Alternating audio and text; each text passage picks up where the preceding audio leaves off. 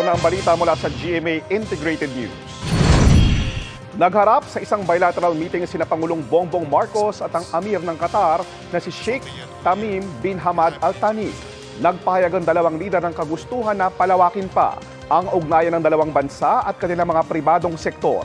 Pumirma rin ang Pilipinas at Qatar ng mga kasunduan para sa pag-waive sa visa requirements ng mga may diplomatic, special at official passports, paglaban sa human trafficking at climate change, at pagkilala sa Seafarers Certificate.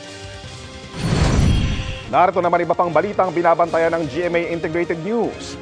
Balikatan exercise sa pagitan ng Pilipinas at Amerika formal nang binuksan ngayong araw.